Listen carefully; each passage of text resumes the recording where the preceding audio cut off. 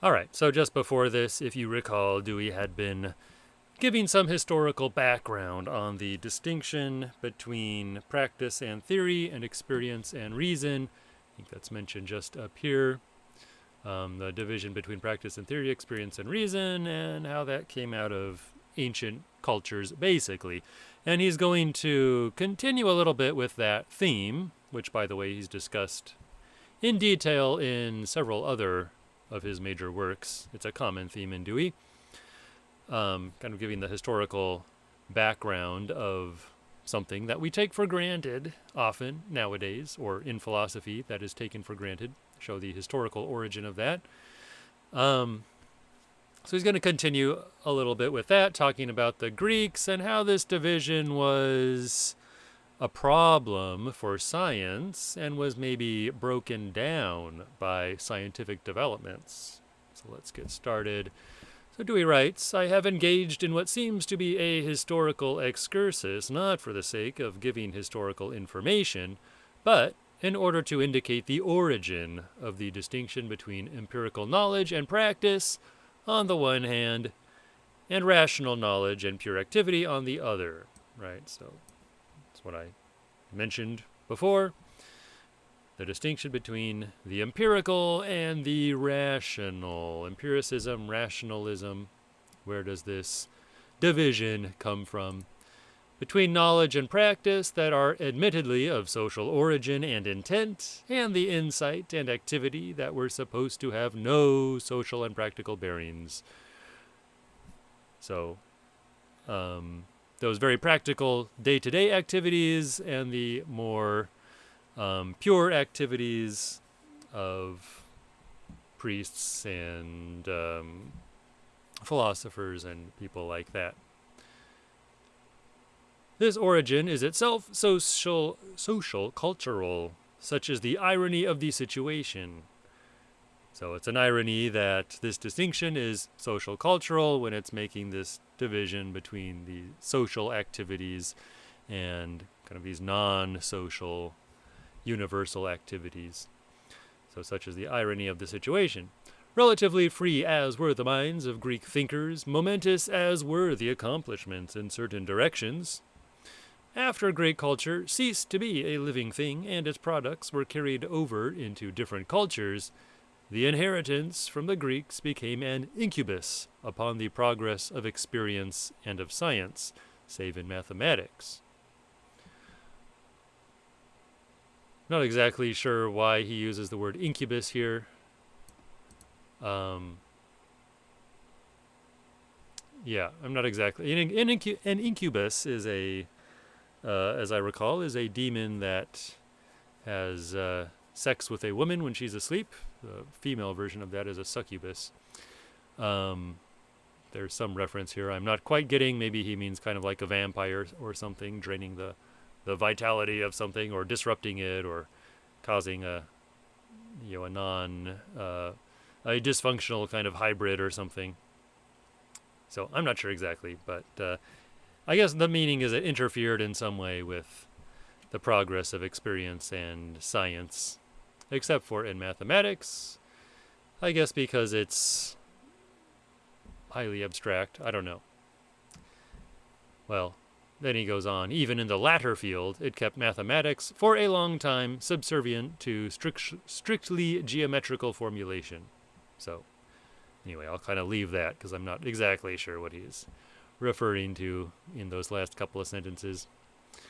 The later revival of genuine science undoubtedly drew stimulus and inspiration from the products of Greek thought. So Greek thought had an important effect on later science.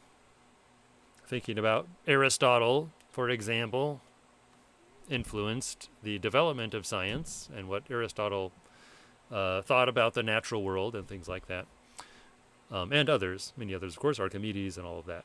But these products were reanimated by contact and interaction with just the things of ordinary experience and the instruments of use in practical arts, which, in classic Greek thought, were supposed to contaminate the purity of science. So there's probably a way in which you can bring the insights of Aristotle and Archimedes and Pythagoras and all these people and bring those into contact with practice, with practical scientific instruments and with practical experiences, with the practical tools of the crafts and so on. Even though these practical things were supposed by the Greeks to contaminate the purity of science. There was a return to the conditions and factors mentioned earlier: qualitative materials, processes, and instruments. Phenomena of heat, light, and electricity became matters to be experienced under controlled conditions instead of matters to receive rational formulation through pure intellect.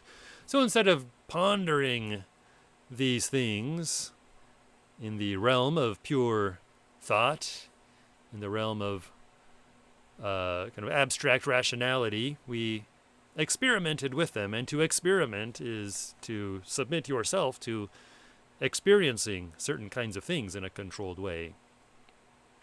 So you're experiencing qualitative phenomena like different kinds of light or lightning under specific conditions, and then using that to kind of think with, to formulate a theory based on controlled experiences, which we call experiments. The lens and compass and a multitude of the tools and processes of the practical arts were borrowed and adapted to the needs of scientific inquiry. The ordinary processes, I think that should be straightforward, right? Lenses and other tools were clearly, that might have been developed for other purposes, right? You'd make lenses to help people see, to see in the distance, for various kinds of practical purposes. And then those can be used as tools in scientific inquiry, not for, soldiers to see what the army is, the opposing army is doing in the distance. I don't know if that was a practical use of lenses in the past.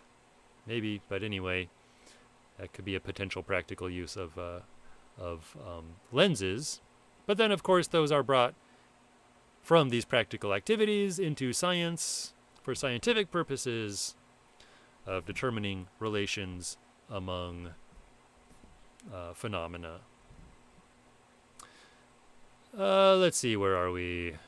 The ordinary processes that had long been at home in the arts, weakening and intensifying, combining and separating, dissolving and evaporating, precipitating and infusing, heating and cooling, etc., etc., were no longer scorned. So all those processes that are involved in metal working and making medicines and cooking and all of that kind of stuff were no longer scorned. Those could be useful for scientific purposes. They were adopted as means of finding out something about nature instead of being employed only for the sake of accomplishing objects of use and enjoyment.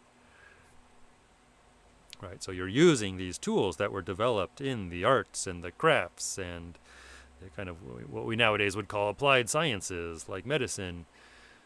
You're taking those tools and using them for this other purpose about making systematic comparisons and contrasts among the things in nature, instead of just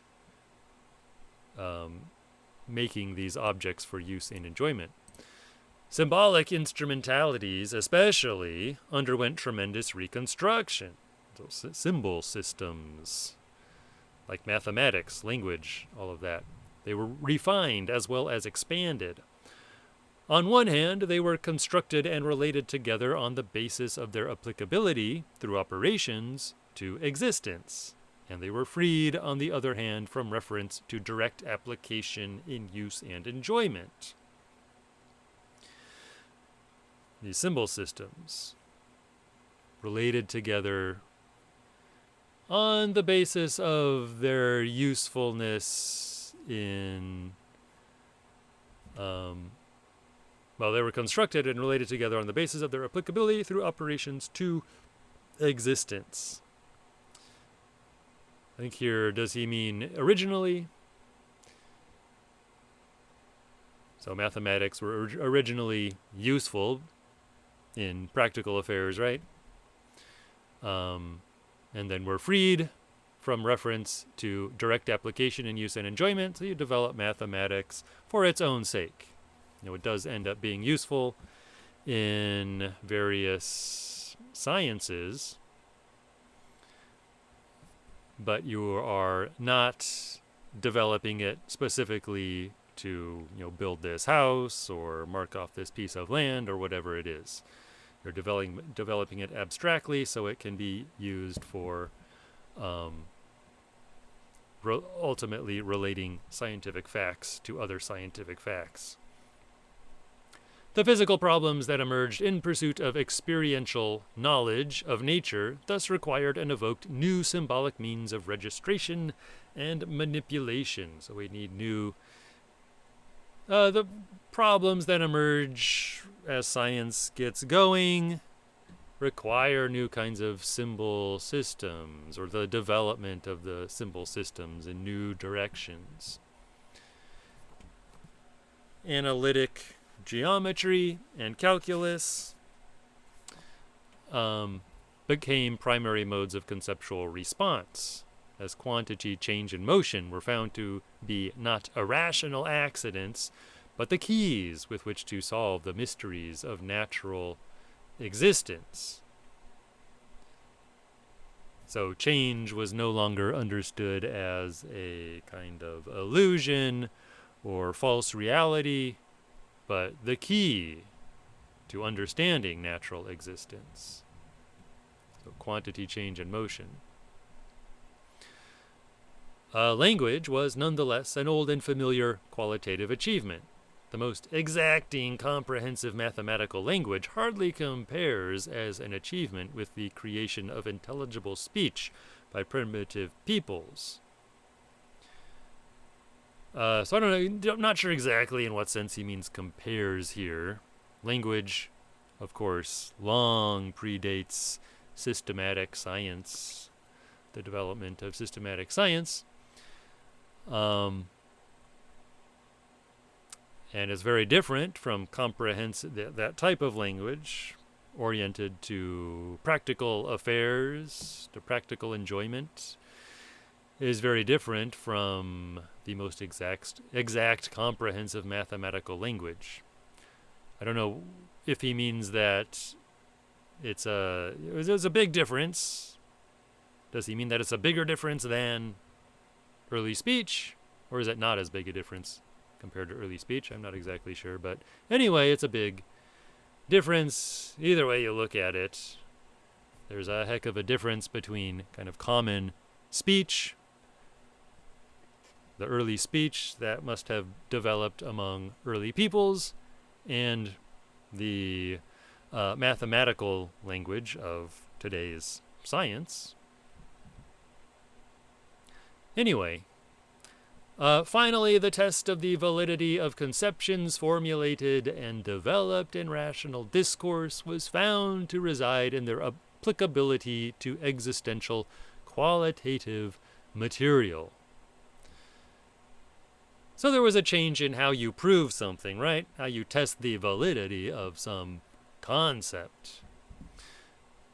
So conceptions, were no longer taken to be true as constituents of rational discourse in isolation, but valid in the degree in which they were capable of organizing the qualitative materials of common sense and of instituting control over them.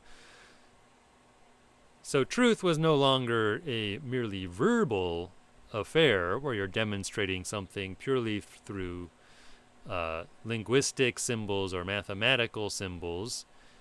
It was true to the extent that it allowed you to effectively organize the phenomena of the world, the materials of the world, the materials of common sense, the qualitative materials that we deal with in practical affairs. Can you make those more organized, more effective? Can you institute control over them? You get this idea of prediction and control, for example. Can you use your concepts to better predict and control what's going on around you in the common sense world. And some ideas that give you better predictions, give you better control over things, are in this way of thinking truer than other concepts. Those semantic conceptual constructions that indicate with the greatest degree of definiteness the way in which they are to be applied are, even as conceptions, the most truly rational ones. So there has to be some sense about how you're going to actually apply these ideas. How are you actually going to put this into practice? At every point in the practice of scientific inquiry, the old separation between experience and reason, between theory and doing, was destroyed. So we finally get the dissolution of this idea that had been hanging around for centuries, that there was these two realms, kind of the practical and the rational, or the empirical and the rational, the experiential and the ideal, things like that. And science breaks that down, so Dewey says, even though those ideas still continue in philosophy, and I think many scientists even continue to hold these kinds of ideas, but in practice, as a matter of scientific practice, this distinction gets broken down. In consequence, the contents and techniques of common sense underwent a revolutionary change. So there was effects on common sense because of science. So a better way to say that is science, the development of science, changed common sense, affected common sense, right? So common sense underwent a revolutionary change in its contents, what it's about, and its techniques, its tools, its instruments. It was noted earlier that common sense is not a constant, right? Common sense changes. But the most revolutionary change it has ever undergone is that affected by the infiltration and incorporation of scientific conclusions and methods into itself. Even the procedures and materials that are connected with elementary environmental conditions of life, such as food, clothing, shelter, and locomotion, have undergone tremendous transformation. Pause here. So the ways that we deal with things like making food, making clothing, making shelter, getting around from place to place, these have been changed greatly because of the influence of science. While unprecedented needs and unprecedented powers of satisfying them have also emerged. So there's also new needs, right? We've talked about this earlier, maybe in earlier chapters, where the development of technology or the development of new techniques creates new needs, right? Agriculture being kind of the standard example I use. There wasn't always agriculture. Once we invented agriculture, it brought along with it new needs that we had, new requirements. You needed new kinds of tools, new kinds of social structures, and all of that. And of course, science gives us new kinds of powers over nature, over the world around us, that we can use these powers to satisfy our various needs, our various, practical common sense needs. The effect of the embodiment of science in the common sense world and the activities that deal with it in the domain of human relationships is as great as that which has taken place in relation to physical nature. So it's also changed not just our relationship to the natural world, to physical nature, but also to each other. Our social relationships have changed greatly. It is only necessary to mention the social changes and problems that have arisen from the new technologies of production and distribution of goods and services. So how we get goods from one place to another, how we produce goods.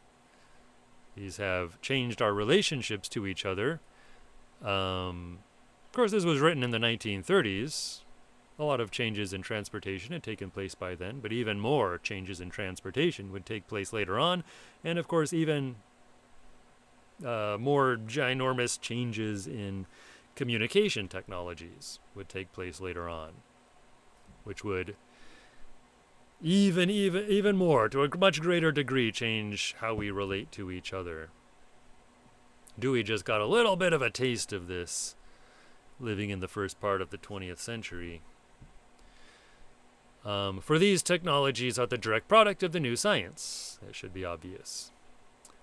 To relate in detail the ways in which science has affected the area of common sense in respect to the relationships of person to person, group to group, people to people, would be to relate the story of social change in the last few centuries. So basically, social change has been greatly driven by scientific developments.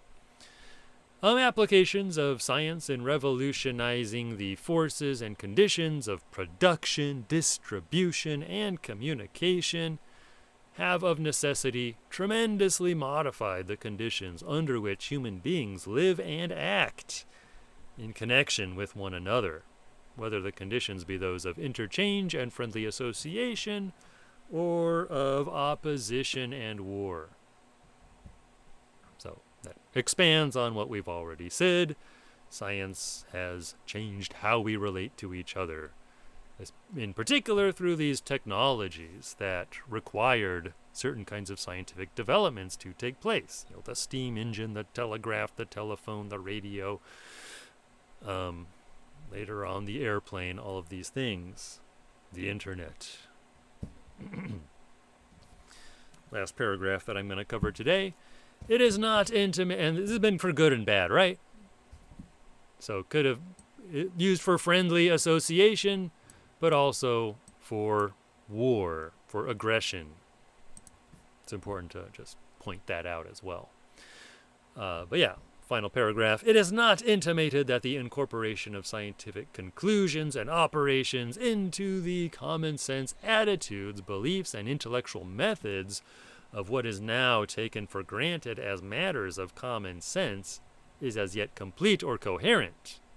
So obviously these changes are not complete. I mean, that's obvious, but they're also not coherent. I think that's probably a more important point, is that change driven by scientific development can lead to a great deal of social incoherence, cultural incoherence. This is the opposite is the case. The opposite of completion and coherence is the case. In the most important matters, the effect of science upon the content and procedures of common sense has been disintegrative. It's actually breaking things down, causing social disintegration. The disintegrative influence is a social, not a logical fact. But it is the chief reason why it seems so easy, so natural, to make a sharp division between common sense inquiry and its logic, and scientific inquiry and its logic. And he's going to expand on this next, as you can kind of see at the bottom here. So we'll get into some of the disintegrative influence of science in the next video, and there will be kind of checking a couple more videos, I believe, about one or two more videos to finish up talking about common sense inquiry and its logic, and scientific inquiry and its logic. Remember, common sense inquiry about the use and enjoyment of things. So what kind of effect does science, and remember, science feeds back into common sense, as we've just been discussing. So what kind of disintegrative influence does the logic of scientific inquiry, or the outcomes of scientific inquiry, have on common sense? All right, that's all for now. See you in the next one.